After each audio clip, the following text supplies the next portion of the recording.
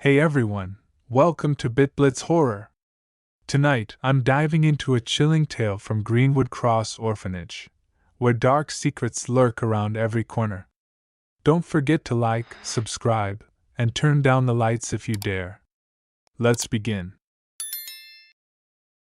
I got a job as a night security guard at Greenwood Cross Orphanage, a crumbling structure perched on the edge of a dense forest. The posting that led me here had been unsettlingly vague about the conditions, but it offered double the usual pay. Desperation trumped my discomfort, and I accepted the position without too many questions. Once I arrived, though, I realized there were handwritten rules taped behind the reception desk on yellowed parchment. They read like something out of a horror movie. 1. Always make sure the front gates are locked before 11 p.m. 2. Do not patrol the third-floor corridor alone. 3. Never accept a cup of tea if it's offered to you after midnight. 4. If you hear laughter in the attic, do not investigate. 5. Do not let the children out of the building ever. I skimmed them, my curiosity piqued by these bizarre directives. Nobody explained why these rules existed. The only introduction I got was from a terse woman named Ms. Dorchester, who barely spoke above a whisper. She left me alone almost immediately, with a ring of tarnished keys in my hand and a half-hearted welcome. I'll never forget my first impression of Greenwood Cross Orphanage that evening. The corridors were dimly lit by flickering overhead lights, some of them nearly burned out, casting elongated shadows down the peeling wallpaper.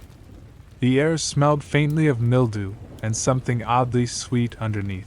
A large lobby occupied the center of the ground floor, its decor a patchwork of different eras. Antique couches with frayed upholstery stood next to computers that looked a decade old, as if the owners couldn't decide which century they lived in. Portraits hung on the walls, crooked as if disturbed by an earthquake or perhaps a careless caretaker. In each portrait, a child stared straight ahead, eyes like polished onyx, their expressions unreadable. I felt a prickle on the back of my neck as I read the rules again. I'd seen my share of unusual demands during prior security gigs, but never anything this strange. Locking the front gates by 11 p.m. was normal enough. Avoiding certain corridors, refusing tea, and ignoring attic laughter seemed like instructions from a twisted fantasy. But I told myself I needed the money.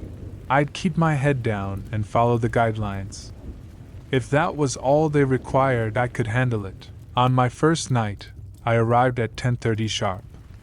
The sun had dipped below the forest canopy, and the orphanage was bathed in cold, silver moonlight. I walked across the gravel path that wound from the iron entrance gates to the main doors. The gates screeched in protest when I tugged them shut. I could almost imagine those rusted bars begging to remain open, as though the building wanted to breathe in the crisp night air.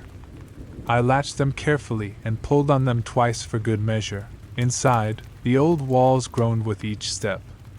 My instructions were clear: do a sweep of the west and east wings, lock down any open windows, then climb the wide wooden staircase to check that all the dormitory doors were shut for the night. A few scattered children walked the halls, though Ms. Dorchester insisted they were supposed to be in bed by 10.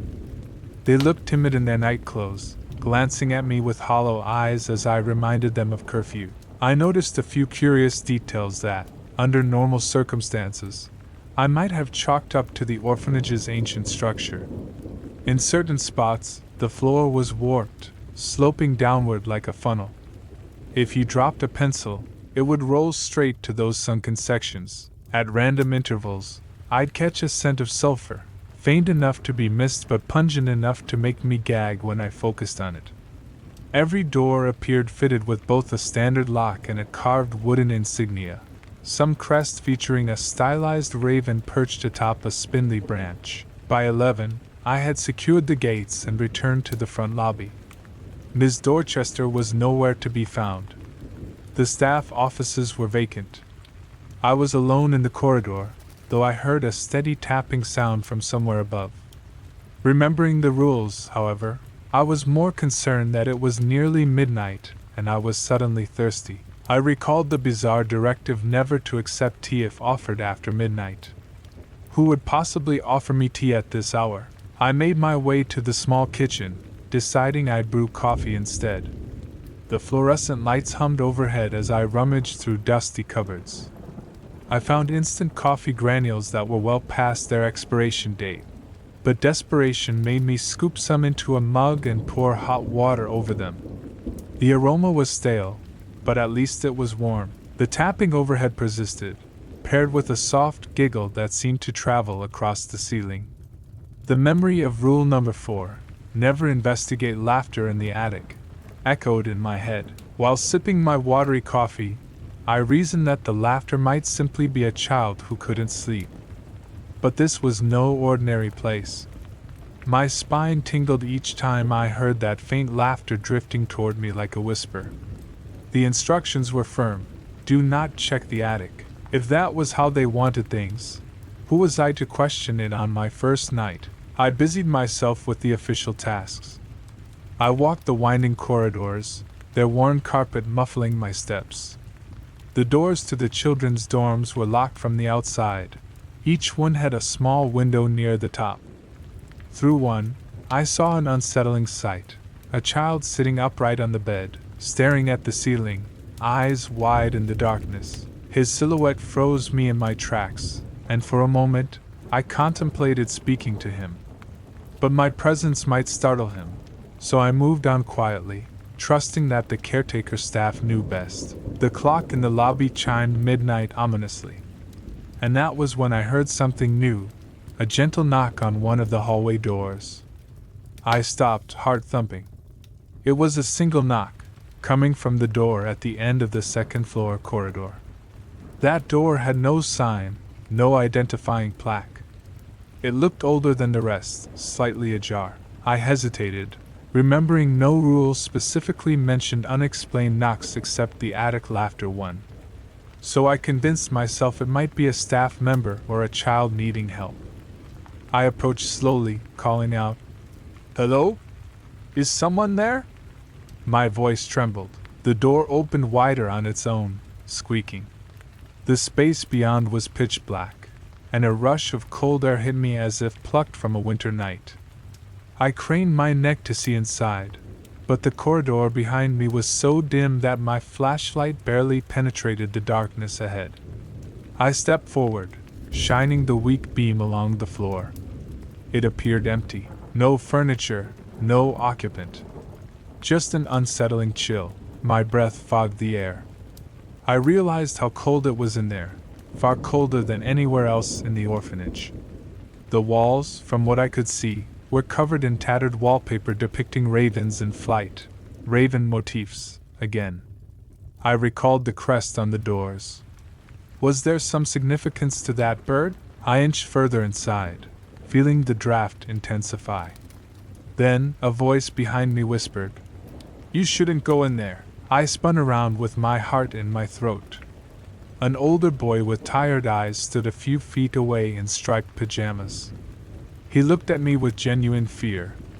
"You're new," he murmured. "That room is off limits." I swallowed. I didn't know. "Are you supposed to be out of bed?" He shook his head slowly, ignoring my question. "Keep it closed," he said, his voice barely above a breath. "And if you hear something from inside, don't answer it." Before I could press him for details, he disappeared down the dark corridor, footsteps silent on the worn carpeting. I blinked, unsettled by the abruptness of his departure. That was the moment I decided I'd rather trust the child's caution than my own curiosity. I shut the door quickly, feeling the drafts cut off in an instant. When I returned to the lobby, I found a single cup sitting on the reception desk, steaming. It smelled of tea. My stomach twisted. Someone had placed it there, right at midnight, or perhaps moments after. The rule echoed in my mind: do not accept a cup of tea if it's offered to you after midnight. This must have been what they warned about. I stared at the cup, noticing the swirl of a dark liquid. The steam rose in curls, and I inexplicably felt a mild pull toward it. like the aroma wanted me to come closer. My mouth went dry. I turned my back, ignoring it, determined to follow the instructions. But the air felt tense. Even though no one was around, I felt as if I were being watched, like a pair of unseen eyes hovered behind me. The sense of presence was so strong I had to resist the urge to whirl around. I tried to find my composure and forced my footsteps to carry me down the next hallway. The minutes after midnight seemed darker somehow, as if the moon's light outside had dimmed. Every so often, I'd see the flicker of movement at the edge of my vision, something darting from one doorway to another. Each time I turned my flashlight in that direction, there was nothing but a vague swirl of dust. My mind rebelled against these illusions. It's just an old building, I told myself, settling in the night, but the strange encounters continued. Around 1 in the morning, I descended to the basement level to check if the laundry rooms and supply closets were properly locked. I used the ring of keys Ms. Dorchester had given me. The basement walls were made of stone blocks that seeped moisture, forming rivulets that glistened under my flashlight. I found a line of large washing machines and dryers, none of which were running at the moment. Then I heard a splash. I pivoted, shining the light across the floor. The corroded drain in the center of the room was overflowing. Slimy water was creeping across the tiles, and a rancid smell made me gag. It smelled like rotten eggs mixed with spoiled meat. Holding my breath, I began searching for a valve or a switch to stop the backup. My light revealed a row of old pipes overhead, all rusted. As I stepped into the pooling water, something brushed against my ankle, causing me to stumble back. For a second, I thought I saw a thin, pale hand slip beneath the water, but it vanished instantly. So quickly I questioned if it was just my imagination. Nevertheless, the dread lingered, hammering in my chest. I found a large red valve on the wall and turned it. The swirling water began to recede with a belch of air, but before it fully drained, that same hand, or the suggestion of one, breached the surface. Whiteness, unnaturally long fingers, and a faint scraping sound as if nails dragged against the tile. I nearly slipped in my haste to back away, shining the flashlight so frantically that the beam shook.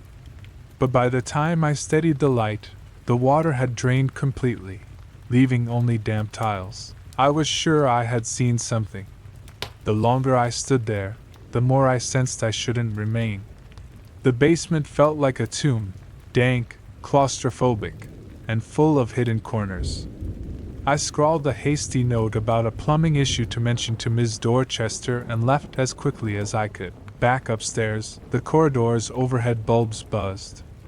One flickered in and out. 2 children stood at the end of the hall, huddled together. They seemed troubled, shooting anxious glances at me. When I approached, they asked if I had heard the music playing. I said no. The older child insisted that a lullaby had been drifting through the halls a moment ago, the same lullaby they sometimes heard from behind the locked room on the 2nd floor. That revelation made my blood run cold. The children darted away, leaving me to wonder about the unexplained lullaby. I glanced at my watch, 1:30 a.m. Only a few more hours until dawn. I decided to circle back to the front lobby to see if Ms. Dorchester had returned, half hoping to get some clarity.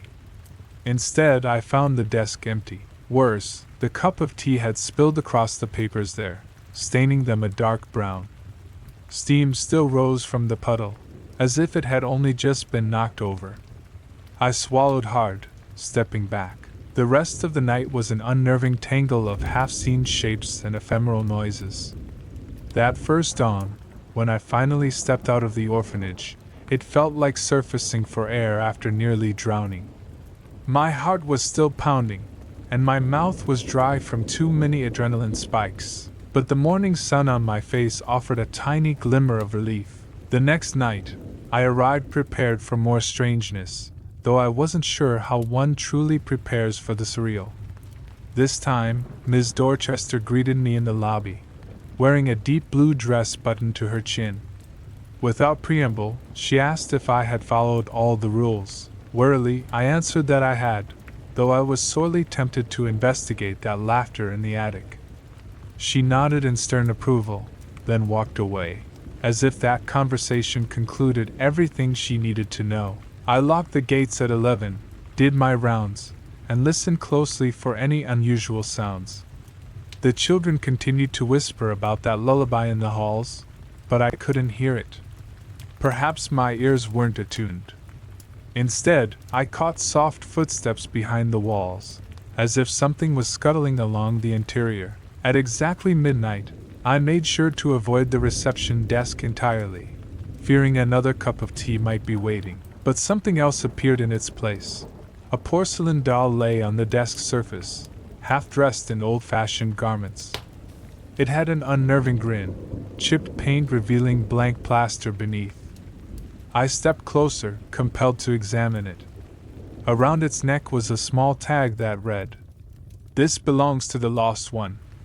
I had no idea what that meant. A sudden hush fell over the orphanage, making the doll's presence feel suffocating. I felt like someone was standing right behind me, exhaling a cold breath onto my neck. I jerked around, shining my flashlight, only to find empty space. When I looked back at the desk, the doll was gone. My stomach lurched in confusion, my mind racing. Did I hallucinate that entire thing? My hands were trembling, so I clenched them into fists, telling myself I couldn't afford to lose composure. Just then, scraping noises echoed from upstairs. They were unlike footsteps, more like something heavy being dragged across a wooden floor. Against my better judgment, I went to investigate. The corridor on the second floor was dimmer than usual.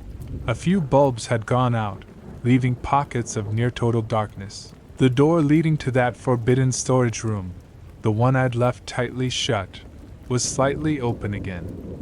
A faint glimmer of pale light leaked through the gap. I paused maybe a foot away, my pulse echoing in my ears. The air seemed colder near that door. The possibility of ignoring it flitted through my mind, but the scraping sound was coming from inside. Maybe I needed to at least ensure no child had wandered there. Summoning courage, I nudged the door with my foot. It creaked open agonizingly slow. Inside was the same expanse of shadowy space. It smelled musty, like old books and stale air. My flashlight revealed faint footprints on the dusty floorboards, small footprints, leading deeper into the room. Anxiety tightened my chest. Was the child inside? I called out gently. "Hello?" My voice quivered. Something moved in the darkness. I caught a glimpse of a figure, small and slight, creeping behind a tattered bookshelf. Soft whimpers drifted out. The scraping resumed, as though fingernails dragged along the floor. My flashlight flickered, on the verge of dying. I cursed under my breath, tapping it to coax out more light. The figure rustled. Before I could advance, a single, disembodied voice spoke. "They never leave me alone." It was such a forlorn statement that my heart twisted. The voice was childlike, but tinged with something deeper, a sorrow grown monstrous over time. My instincts screamed at me to turn and run, but a pang of pity held me in place. After all, if this was truly a child, I couldn't abandon them to this terrible darkness. I aimed the flashlight at the shelf. Empty space. The footprints ended abruptly, as if whoever made them simply vanished. The scraping persisted, traveling across the ceiling now, making me look up. And that was when the door slammed behind me, plunging the room into near blackness. My flashlight flickered off completely. I'll never forget the next few moments of paralyzing fear. In complete darkness, I heard soft breathing that wasn't mine. A ragged exhalation, too drawn out to be human. Yet it was close to my ear. I backed away instinctively, my shoulders colliding with something tall. Books tumbled down, banging across the floor. I fumbled for the doorknob, desperate to get out. The breath on my neck intensified. My skin crawled. The darkness felt alive, coiling around me. I groped the wall, finding the knob at last, but it refused to turn. A voice hissed, "Come closer," as a chill went up my spine. My mind screamed absolute panic. All I could think of was the rule the boy gave me: keep it closed, don't answer what's inside. But I had disobeyed fate by stepping in here. Finally, with a surge of terrified strength, I yanked the knob with both hands. Something on the other side gave a shriek like rusted hinges snapping. The door flew open, nearly throwing me onto the hallway floor. I scrambled out, gasping for breath. The corridor's lights revealed sweat beading on my face, complete panic etched in my wide eyes. Behind me, the door slammed shut again, rattling the frames on the wall. I slumped against the corridor's plaster. For an eternity, I just sat there, trying to catch my breath. The orphanage was silent, as though mocking my fear. Shakily, I rose and resolved never to poke my head into that room again, no matter what I heard. The rules were there for a reason. That night ended without further incident, but I was plunged into nightmares when I finally slept the next morning. In my dreams, I saw that small figure with empty eyes, beckoning me into a labyrinth of rooms that shifted and twisted, each door leading to a new nightmare. I woke drenched in sweat each afternoon, the days passing in a blur until it was time for me to return from my shift. A week went by, and the orphanage's strange phenomena only escalated. By the 5th night, I began hearing voices whisper my name in corridors I knew were empty. By the 7th night, I'd frequently sense a pair of eyes on me whenever I passed the hallway clocks. The children started drawing alarming images in their notebooks. Each featured that raven crest, perched above a shape that was almost human, but not quite. I mustered the courage to approach one of the older children, a freckled boy named Lewis. He seemed less fearful than the rest. One early evening, before lights out, I found him alone in the common room, sketching in his worn notebook. It showed a silhouette of the orphanage with a monstrous bird perched on its roof. "What does the raven mean?" I asked quietly. He peeked up, tensed. "You've seen it too, haven't you? The crest on the doors. The black feathers in the hallways sometimes." I nodded, remembering the occasional inky feather that would appear out of nowhere. "Yes." "Why are they here?" Lewis hesitated, glancing around as if some adult might overhear him. "They say the place used to be run by a couple who believed in old, dark things. They worshipped something. Legend is they bound it to the building so it would grant them power. The raven is its symbol." That answer made cold dread pool in my stomach. "Does anyone try to stop it?" His eyes fell to his sketch. "Some do. But nobody can leave. They pretend they don't see the signs, or they vanish." I wanted to press him for more, but the caretaker staff would likely punish him for scaring me or something equally bizarre. So I left him alone, though his words haunted me. "Nobody can leave." I shuddered, but I told myself that was an exaggeration. After all, I went home each morning. Yet, did I really leave its grip behind? The nightmares were evidence that perhaps I carried something with me. As the nights progressed, I noticed new rules scrawled on the paper behind the reception desk, ones that weren't there before. They read, 6. If you see a pale child in the west corridor, follow him but do not speak to him. 7. Do not open the basement door if you hear knocking from the other side. These additions felt deeply personal, as if they were responding to my experiences. A creeping suspicion formed in my mind. Was something writing these rules specifically to guide me, or trap me? Further, I tried to obey them all, but it was becoming impossible to guess what new horrors might emerge. One night, I found myself trailing a pale boy down the west corridor. He had short, dark hair and wore a threadbare uniform that looked decades out of date. He moved in a slow shuffle, never turning to face me, while I fought the urge to call out. I followed him across the creaky floorboards until he stopped in front of a locked teacher's supply room. He silently pointed at the door, then turned translucent, fading out of existence before my very eyes. My heart pounded. The supply room door was ajar, even though it had been locked a moment ago. I inched inside, terrified of what I might find. A single overhead light buzzed, casting a stark glow onto rows of dusty books and old uniforms. On the far shelf, I spotted a thick ledger bound in cracked leather. I don't know what compelled me to open it, but I did. Dozens of names were written in tight script, each with a line describing their departure date. Some were staff, some children. Many had the same cryptic note. Withdrawn to the Raven. Before I could make sense of it, I heard a loud slam from down the hall. Frightened, I shoved the ledger back and fled. My footsteps thundered through the corridor until I reached the main entrance. I hesitated, glancing at the giant clock overhead, 2 a.m. Still hours until my shift ended, and I was bound by the contract, but dread was eating me alive. Each subsequent night, the presence of this so-called Raven grew stronger. Lights would fail in every room I entered, forcing me to rely on a flashlight that flickered ominously. Children's laughter would float from corners, but when I arrived they were asleep in bed.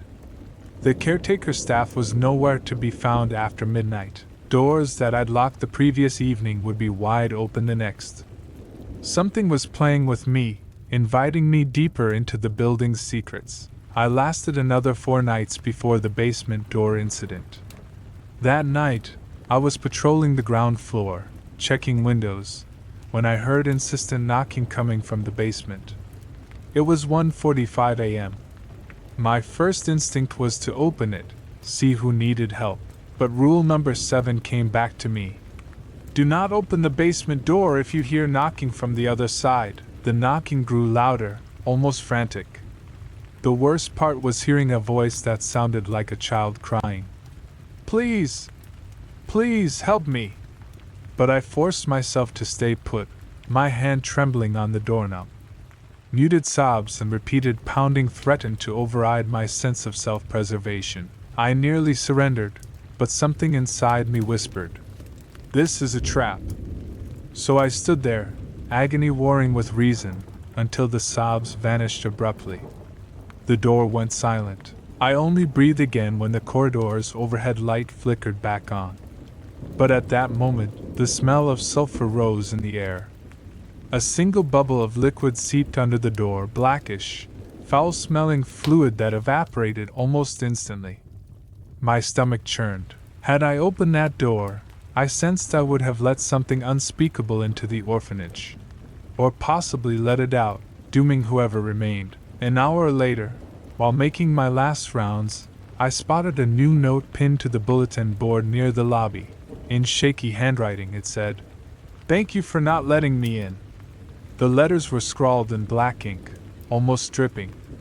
I looked around, half expecting Ms. Dorchester or a caretaker to be lurking. The corridor was empty, yet the sense of being watched was suffocating. I felt the darkness closing in, the orphanage's corridors growing narrower each night, as if the building itself was alive and had begun to wrap its twisted halls around me.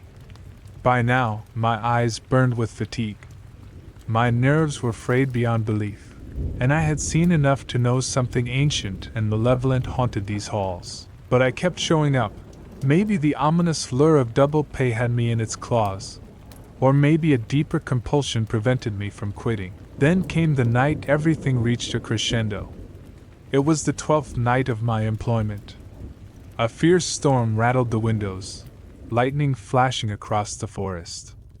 I secured the gates early, around 10:30, not wanting the wind to slam them uncontrollably. Rain pelted the orphanage. In the flicker of lightning, I saw shapes racing across the yard, but it was too dark to confirm if they were just branches swaying or something else. Inside, water trickled through the roof, forming murky puddles in the upper corridors. Children's dorms were locked, but I kept glimpsing silhouettes in the gloom, as though the kids were restless. Thunder boomed, shaking the fragile glass in the windows. The overhead lights dimmed, then flared, threatening to go out. Around midnight, an echoing cry drifted down from the attic, louder than ever. I clamped my hands over my ears, but it still rattled me. This cry wasn't laughter. It was a wail, high-pitched and anguished, echoing violently off the rafters. Rule number 4 said never investigate laughter in the attic, but this was no laughter. It felt like a direct challenge to that old rule, an attempt to trick me.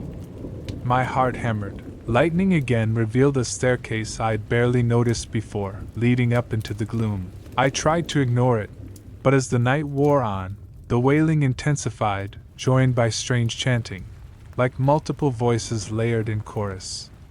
The building shook with each thunderclap. Doors rattled, windows threatened to burst. I felt cornered, my fear spiking. Perhaps something was about to break free, something unstoppable. Suddenly, I heard footsteps behind me. I turned to see Ms. Dorchester standing there, eyes wide, hair disheveled. She grabbed my arm with surprising force and hissed, "It's your turn." "My turn for what?" I asked, voice nearly lost in the roaring storm. She pressed the ring of tarnished keys into my hand. "You must see what's in the attic," she said. "Otherwise it will come down here, and we can't allow that." "But the rule," I started to protest, and she cut me off with a vicious glare. "Rules mean nothing tonight," she snapped. "Go!" Without explanation, she shoved me toward that hidden staircase. My mind felt fractured, torn between obeying her or fleeing outright. But a primal sense told me running wouldn't help. The building's doors would never open for me in this storm, so I forced my feet up the stairs, each step illuminated by flickers of lightning through the cracks in the roof. At the landing, I found a single door with an iron handle, rusted. It shook with every echo of thunder and every eerie wail from within. Steadying my trembling breath, I turned the handle and stepped inside. The attic was immense, with rafters arching overhead like the ribs of a giant beast. Rain seeped through, forming a constant drip onto the wooden floor. Shelves of dusty trunks and boxes stood stacked in haphazard rows. In the center of the attic was a large cage. It looked ancient, made of black iron bars. Torn rags clung to the corners, and something moved inside, a shape shifting in the darkness. Lightning illuminated it for half a second, revealing a twisted figure, half child, half corvid, with the head crowned by black feathers, limbs distorted by elongated, talon-like fingers. Its eyes, when I saw them, glowed with an unearthly light. The wailing was coming from its beak-like mouth. As if sensing me, it fell silent, turned, and grasped the cage bars. Through the swirling gloom, I saw that the door to the cage hung off its hinges, as if it could open at any time. Every instinct screamed for me to run, but I took a single shaky step closer. Lightning flashed again, and I witnessed the thing tilt its head. It spoke in a warbling, childlike voice that reverberated. "So you've come to release me?" My voice caught in my throat. "No, I was told to come here." "I don't." A cackling laugh emerged from its mouth, a blend of avian squawk and human mockery. "You wear the keys," it hissed, pointing to the ring Ms. Dorchester had given me. "I've been waiting a long time for a new caretaker." Dread sank through me. My knees nearly buckled. "Caretaker?" The creature nodded, letting out a low growl. "Someone must feed me. Someone must keep me from escaping. It's the deal the founders made. They gave me children, souls, a home in these halls." I recoiled, horror eclipsing me. This place had been feeding children to that monster? Or perhaps feeding something intangible, their fear or their presence. Outside, thunder crashed again, and the attic lurched, water pouring in heavier through the rotted roof. "My jailers die," it whispered, pressing its face to the bars. "But the orphanage remains. The cycle continues. Now it's your turn to bear the mark." I realized the ring of keys in my hand was burning hot, stinging my palm. I dropped them with a gasp. The brand of the raven crest glowed red on a steel key. The creature shuffled forward, rattling the cage as if testing its strength. In a frantic moment of clarity, I remembered something: the ledger in the supply room, marking each caretaker or child who had vanished throughout the decades. Did they all end up here, devoured by the entity or enslaved to it? I refused to be another name in that ledger. Bolts of lightning illuminated the old structure, and I noticed thick chains pinned the cage to a beam near the rafters. They looked ancient, but perhaps still functional. If I could keep it contained here until dawn, maybe there was a chance to flee. Summoning every ounce of courage, I snatched the ring of keys again. My heart hammered so hard I could barely think. One of the keys was large, carved with that raven insignia. I approached the cage, ignoring the stench of decay that hovered around the creature. It watched me with hungry eyes. My mind screamed that I was insane. A savage screech erupted from its mouth, and it lunged, limbs shooting between the bars to snatch at me. Talons grazed my shirt, ripping cloth. I stumbled but managed to keep out of its reach. My flashlight was gone, lost somewhere on the floor, so I relied on lightning flashes each time they illuminated its twisted shape. Hands shaking, I scrambled around to the backside of the cage, discovering a heavy padlock. Rusted but intact. The chain was partially undone. The door threatened to give way in the storm's chaos. Immediately, I used the biggest key on the padlock, hoping it would fit. My breath came in ragged bursts as the creature gnashed its teeth and spat vile words that made my ears ring. With frantic urgency, I twisted the key. The lock clicked. Relief washed over me. Another roll of thunder rattled the attic, and the cage jerked, nearly tipping. I dived forward, resecuring the chain around the iron bars. The creature shrieked so loudly I thought my eardrums would burst. A final lightning flash seared my vision, revealing the horrifying expression on its face, a mixture of fury and despair. Then darkness fell again. I struggled to finish tightening the chain, ignoring the slashes of pain from the creature's flailing limbs. Finally, the chain was knotted around the bars. The padlock snapped shut. Seconds later, I heard footsteps pounding up the stairs. Ms. Dorchester appeared in the doorway, drenched from the storm, eyes wild. She raised a quivering lantern and took in the scene, me crouched by the cage, the monstrous occupant thrashing inside. With a trembling nod, she seemed to acknowledge I had succeeded. She said nothing, but her expression told me that I was trapped in this caretaker role now, at least according to the building's ancient vow. No words passed between us as we descended the attic stairs together. By then, the storm was subsiding. A hush fell upon the orphanage. Dawn's first light filtered through broken windows. The children woke, drifting through the hallways like ghosts. None spoke of the night's chaos. Ms. Dorchester simply took the key ring from me as if it was the most natural thing in the world. I felt hollow, exhausted. In that moment, I decided I must leave, truly leave, never come back. I returned to the lobby, wiped the sweat from my brow, and stood with bated breath, waiting for Ms. Dorchester to finalize any last instructions. She only said, "You will return tonight." Her voice rang with finality, but I mustered courage to answer, "No. I'm done. I'm quitting this job." She gave me a look of surprising pity. "There's no quitting," she whispered. I walked out anyway. I unlatched the front gates, stepping into the misty dawn. My car was still parked beneath the leaning oak. I drove away, refusing to look in the rearview window at that looming orphanage. A part of me expected the gates to warp or the roads to twist, preventing my escape, but I made it onto the highway. My body shook, my eyes burned from lack of rest, but I pushed forward until I was miles away from Greenwood Cross. Yet I discovered I couldn't truly escape. That night, while I tried to rest in my cramped apartment, A pounding came at my door right around midnight. My breath caught. Planting my ear to the wood, I heard ragged breathing and the faint squawk of something inhuman. I didn't open the door. For hours, I sat trembling, hearing the scraping, the tapping. Over the following days, things got worse. Black feathers would appear on my kitchen counter, despite locked windows.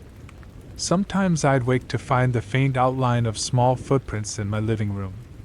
At times, I heard the clanking of chains in my bedroom, though nothing was there when I turned on the lights. My nightmares were filled with that caged creature, glaring at me, whispering that I belonged to it now. In desperation, I tore up the contract I'd signed. But that didn't stop the hauntings. Late one evening, I got a call from an unknown number. I answered and heard the voice of a child on the line, sobbing uncontrollably, repeating, "They never let you go. They never let you go." Unable to endure it any longer, I packed my meager belongings and fled the city. I headed anywhere that felt far from Greenwood Cross. Each mile gave me fleeting hope that I'd finally outdistance whatever curse clung to me. But no matter how many miles I drove, I couldn't shake the sensation of eyes watching from every dark corner, of footsteps echoing when I tried to rest. Many nights, I'd wake to the faint hoarse cry of a raven outside my window, no matter the motel or rest stop. The caretaker's brand, it seemed, was on me even if I never physically wore it. Despite everything, I learned my fate was sealed. Trying to live an ordinary life after the horrors I'd seen proved impossible. My world shrank to a constant state of vigilance, dreading the next supernatural intrusion. Each dusk, my heart would pound at the fear that I'd hear that monstrous voice instructing me to come back and fulfill my duty. Eventually, my phone rang again late one night. This time, the voice was Ms. Dorchester's, hollow and resigned. "The chains are weakening. You must return." I recall feeling a strange calm. It was as though I'd always known I'd be dragged back. Maybe I had awakened something in that attic, something that demanded my presence. So I found myself driving the same forested roads, following the twisting path up to Greenwood Cross once more. The building looked the same, old, decrepit, but commanding its stretch of dark land. The gate waited unlocked. I stepped inside, noticing how quiet it was, from the windless courtyard to the empty lobby. A single piece of parchment was taped to the reception desk.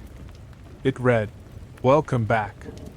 Below that, the same list of bizarre rules, old and new, was pinned beside it. I took a deep breath, preparing for the inevitable. Ms. Dorchester was nowhere in sight.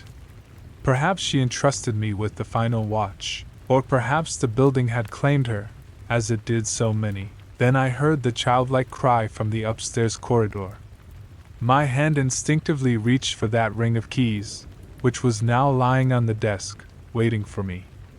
The keys felt hotter than ever, the raven-inscribed metal practically pulsing against my palm. Lightning flashed outside again, even though the sky was clear. An unnatural storm stirring. I took my first step up the winding stairs, each creak of the wood sending spikes of dread through me. My heart pounded, but a strange acceptance welled inside. This was my destiny, twisted though it might be. I had become part of Greenwood Cross's perpetual gloom, undeniably linked to that caged entity. As I ascended, the corridor lengthened before me, impossibly stretching into darkness that welled deeper than the night itself. With each flicker of the overhead lights, I caught glimpses of children's silhouettes, huddled in doorways, or racing past me in silent sprints. Their faces were blurred, but their eyes glowed oddly. Strange chanting wafted through the crack under the attic door. The building welcomed me back into its jaws, enveloping me in its stifling embrace. When I reached the top, I heard the cage rattle.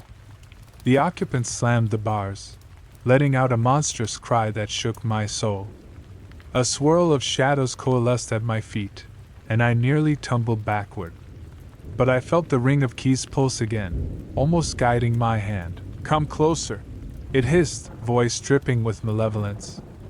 Your time is near. Another thunderclap rocked the building, though the night sky outside was starless and calm.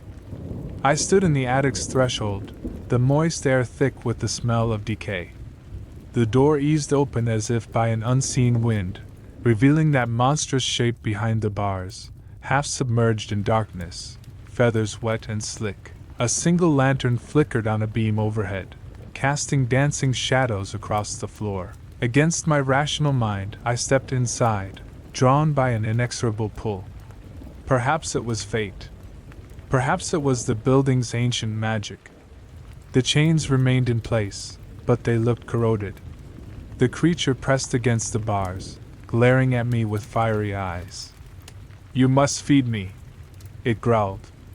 That is the price. I won't, I whispered, though my voice quivered. A harsh, cackling sound escaped its mouth.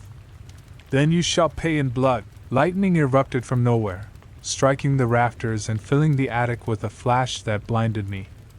The creature roared, tugging on the chains so violently I feared it might snap. My mind raced, searching for any solution. Perhaps if I found a way to strengthen the cage, if I could keep it bound, it might be enough to prevent further evil. But even then, how long could Greenwood Cross hold this monster at bay? As the iron bars creaked, my breath caught.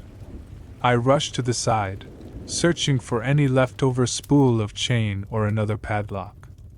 Lightning spasmed across the wooden beams, setting them on fire in brief spurts that vanished as quickly as they came. My heartbeat thundered in my ears, and I bit down on my lip hard enough to draw blood. Then, in the corner, I saw a glimmer of hope. Thick rope coiled beside a rotted trunk, possibly used by older caretakers. I lunged for it, ignoring the creature's screech.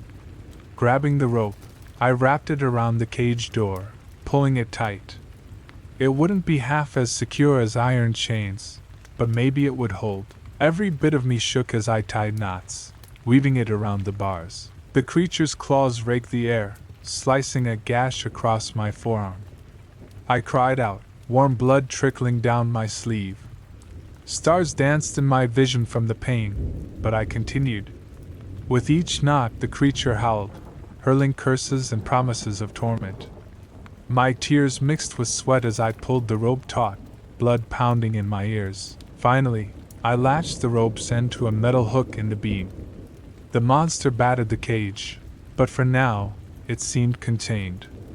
Exhausted, I stumbled back, breath ragged. Smoke drifted in the air from localized fires that extinguished themselves the moment they flared.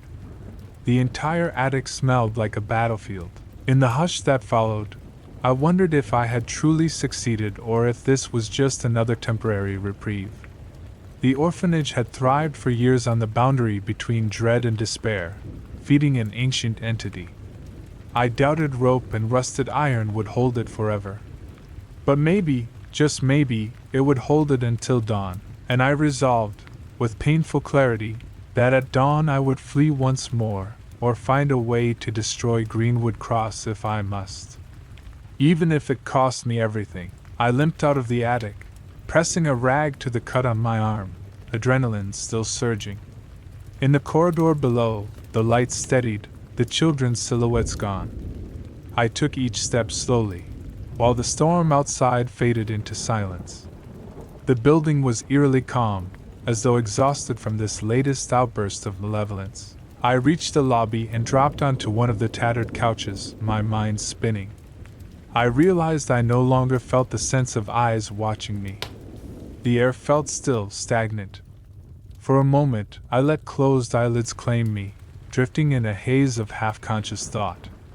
My last coherent impression was that I had momentarily won. In the days or weeks to come, I would learn more about the orchard of secrets that Greenwood Cross harbored.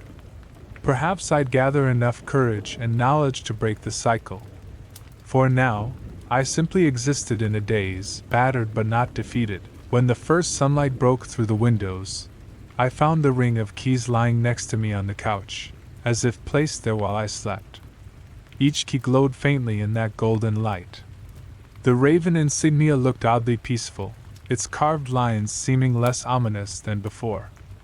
Maybe it was just the lighting. With trembling fingers, I clutched those keys, got up, and walked to the front doors. They swung open with a creak. The day felt bright and unreal outside, the dew on the grass sparkling as if the nightmares of the night hadn't happened. But I knew better. Greenwood Cross Orphanage stood behind me like a slumbering predator, waiting for dusk. And I knew, despite any illusions of escape, I was inexorably its security guard, perhaps its final caretaker. A role placed upon me by twisted fates. No one came to relieve me from my shift that morning. The children were awake, drifting about, but the staff was absent. With an undercurrent of resignation, I realized this place claimed its own, devouring them into its gloom. I could walk away into the sunlight for now, but darkness would beckon me back, one way or another. So I stepped out, feeling the pull of half-forgotten rules, forbidding corridors, and an unspeakable occupant in a cage that I had only barely secured. On the threshold, I turned to look once more at the orphanage. The battered shutters were open, the old walls cracked, and a single raven perched on the rooftop, wings folded, like a silent sentinel. The crest of who truly ruled this domain. A wave of dread mixed with acceptance coursed through me. I understood that my story was far from finished. The job I thought would be simple wages had become my eternal post. The bizarre rules were merely the beginning, yet I clung to the frail hope that one day I might unearth the final key to break the orphanage's hold, free its children, and banish the creature forever. Until that day came, I remained bound to Greenwood Cross, shackled by duty and the intangible threads of a horror older than I could fathom. Each night, I would return to lock the gates before 11, roam the decrepit halls, ignore phantom knocks and forbidden laughter, and ensure that iron cage stayed shut tight in the dripping attic. I'd live at the edge of the forest of fear, waiting for dawn to grant me a few hours of restless reprieve. And so my life became a continuous cycle of darkness and dawn, each shift a harrowing fight against the monstrosities lurking behind every locked door. I am the night security guard who follows those bizarre rules, not out of blind faith, but to maintain the fragile boundary that keeps the ancient evil contained, because I now know what prowls behind the orphanage's walls, an entity that feasts on fear, whose black feathers symbolize an endless shadow on my soul. Perhaps one day I'll find the courage and the means to end this horror once and for all. But until then, I remain, nights stretching into an eternity of quiet footsteps and trembling heartbeats, locked in an uneasy truce with something that should never be allowed to walk free in this world.